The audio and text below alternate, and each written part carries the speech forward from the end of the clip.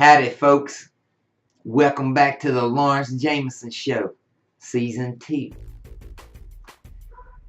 Now, this is a little hobby show about all the Games Workshop stable of games and painting miniatures and actually playing the games and things like that, and tips and tricks and all.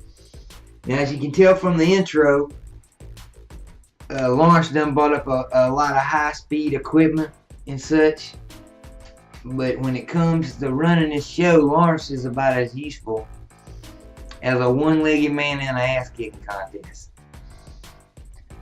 So it's gonna be left up to me to host all these shows. Now people say, "Oh, what's done? Why you ain't put out no videos in a while?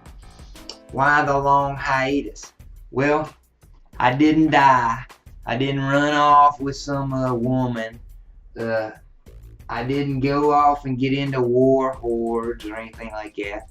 I actually been very busy, winning victories and championships and whatnot. I actually won just last month or whatever down there at the Games Workshop store down in Atlanta, the Armies on Parade Championship. And as you can see right here, this is me down there claiming the victory in the championship and all, and receiving the award. And I went with an AOS board that I had made up the night before. And next year I'm going to be a little bit more prepared, but this year I just had one night to throw that board together. I done had the miniatures painted up for quite some time, in the last few months and all. But I had the board. I just threw the board together, and as you can see on one edge, you got just a horde of corn that's defiled the land, and the grass is all turning brown and all that even now as they're coming across. And then on one in their corner it says, "This is where they die." And then you got just a handful of dang Stormcast Eternals led by a Lord Relictor up there on a little hill. And that area right there still, as you can see, is still grassy and got some flowers and all. And it hadn't been defiled yet by that chaos, but it don't look too good for them. And I put on the corner of that board, "This is where we stand." Now look, I had to go against a whole mess of daggum 40k and mainly Tyrannid swarms and things like that. But they called me up and said that mine had won, and I felt really blessed, and I appreciate all the people that voted down there, that came in, and voted for me. So I really appreciate that. Now I'm going to give you a little preview of what we got coming up, some of the videos. Every month at the beginning of the month, now I know this ain't the beginning, but at the beginning of the month we're going to take on a White Dwarf, and a lot of times I'm going to have a guest speaker and all that's going to be with me reviewing the White Dwarf page by page by page, And this month, this is a real special one. A lot of people say this is real tasty. And it's got a lot of nice stuff. It's the daggum Christmas special issue. And me and a feller is going to go through this page by page and give a review. And we're going to do that it's going to be coming up at the beginning of the year when that new one comes out as well. And this has just a lot of nice, good stuff in it. The Golden Demon, of course, is one of my favorite areas of these magazines and all. And it's a good in this year, or in this episode. So we're going to be going through all that. I'm going to have an episode, of course, in the Golden Demon down in this magazine. They got one's called The Duel, and that's where you have two opposing miniatures, that fight each other on the same base and all. And down there at my local store, everybody that's wanting to get in on it, they done give out these here oval bases.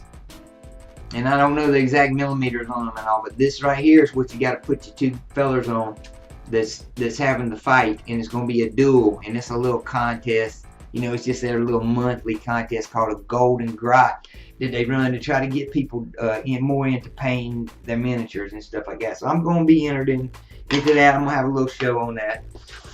Now, of course, the Games Workshop just won't stop putting out things steady. Games, supplements, rules, extra rules for the games, and of course more and more miniatures, just non-stop. And if they could just stop just for dang a month or two, I might could catch up. But I can't. But you know, I get hooked up just like everybody else and buying all the new stuff. Well, luckily for all of us, most of all this new stuff is really, really good. And one of the ones that I done got into, and I'm gonna have a little show on, is the Shadespire. Now, I was watching this game. This is an AOS-based game. It's kind of an arena combat where you have a little small war band, and they go against other. It's a hex-based game.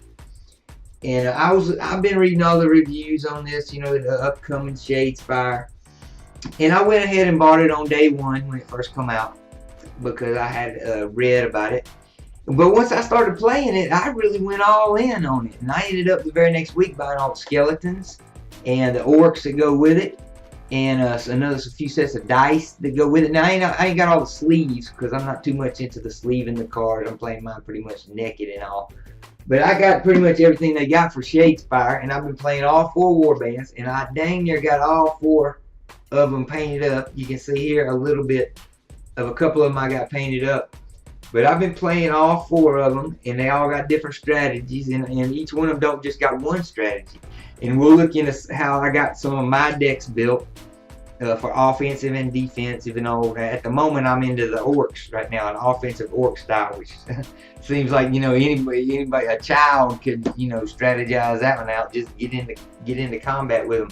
But this here game, I'm all in on this. I'm in trying to get in a league up there, get a league going up there at my local game store, so we can get in. I just, you know, if you're into AOS at all, pick this up, not just for the minis, because they got AOS War Scrolls out, of course, for each one of these war bands.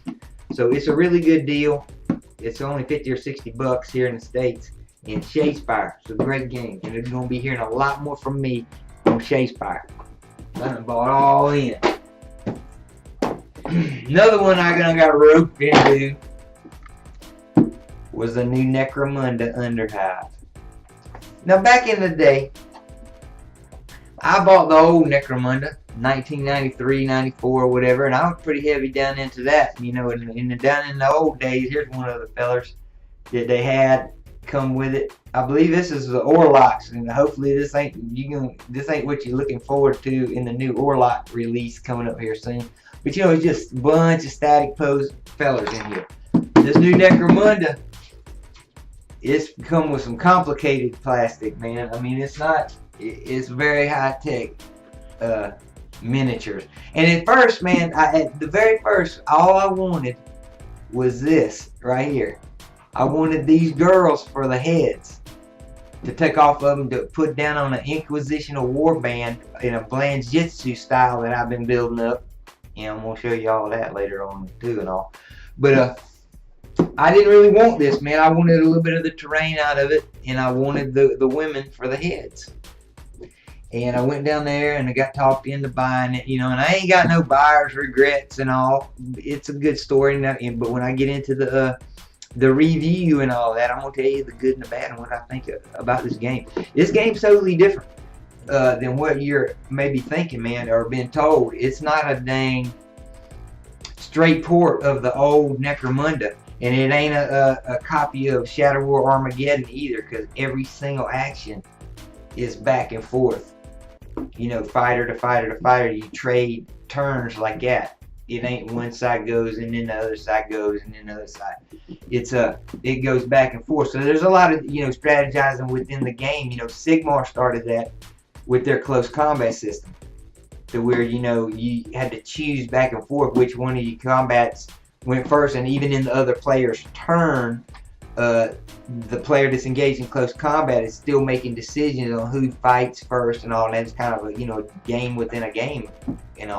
This new Necromunda is high quality like all their stuff. I'm going to be giving a little review on it and showing how, you know, I don't have any of my stuff painted up. I just showed you the stuff just on the sprue. But I'm going to get it painted up lickety split. It's going to jump up in my paint queue here ahead of a lot of other things, of course, so I can get this rolling. And I might try to get in on a league here too, since I done bought everything. I done bought the Game War book, which I'm going to, you know, talk about as well. I've been into a lot of other things as well. Of course, I finished my Death Guard off, pretty much. I didn't get a Mortarian yet. I did end up getting a Typhus and I just picked up this here Foul Blight Spawn. And he's a pretty heavy hitter as far as their heroes go. And I'm going to get him. I done got him put on a dang little cork base right here. And all up, I'm going to prime him and get him painted up and get him integrated. I've been working on several different squads of my own, Plague Marines and stuff to try to get up a few. I'm splitting them off, you know, like osmosis or whatever it is. They split off, and I'm making a 7-man squad. I'm adding up, and I'm chopping up some of these sprues and converting, because they give me just too many sergeants in all those in the Death Guard stuff. I just got too many sergeants. I'm gonna have to start chopping off power fists and putting regular weapons on them. But I'm gonna have all that going. I'm gonna show you. You know, I done painted up a bunch of these tanks, a bunch of conversions, as you can see here. There was a pretty good reception of my Plague Burst crawler there, and I'm really looking forward to the myopic blight hauler coming out, and it looks like it's going to be coming out in the easy to build at only 25 bucks a pop. So I'm going to be able to fill my army up with that. But I got around 3,000 points of that daggum Death Guard that I've built up, and I'll showcase that.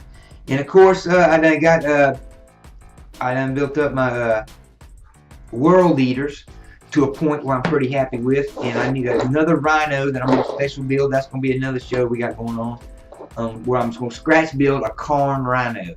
And here's a couple of Rhinos that I built from scratch, from, you know, plastic card and foam and whatnot that I thrown together, and I'll give you step-by-steps and stuff and all that. You're also going to get, you know, brand new sketch paint videos where, you know, I'm going to speed up the process and do them kind of like I'm going to do them dang tutorials down there at for Games Workshop, do down there at their stores, where I have several miniatures set up in different stages, where you don't have to just sit there and watch and wait me, you know. Even though sketch paint is very, very quick, this way you get to see, you know, some results very, very quickly from the different stages and how you need to do it pretty quickly. And I got to have an hour-long video just to show you, you know, what 20 minutes on sketch paint will do for you.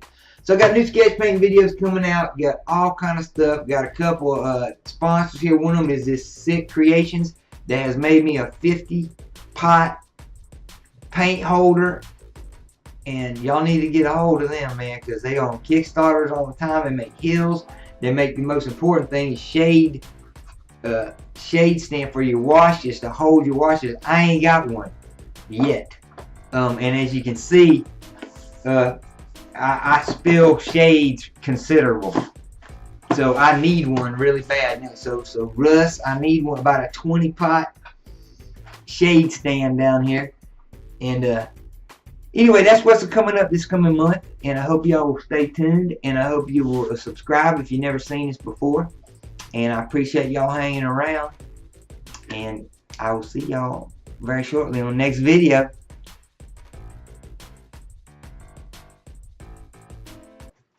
This miniature's work is thirsty work, I'm telling you.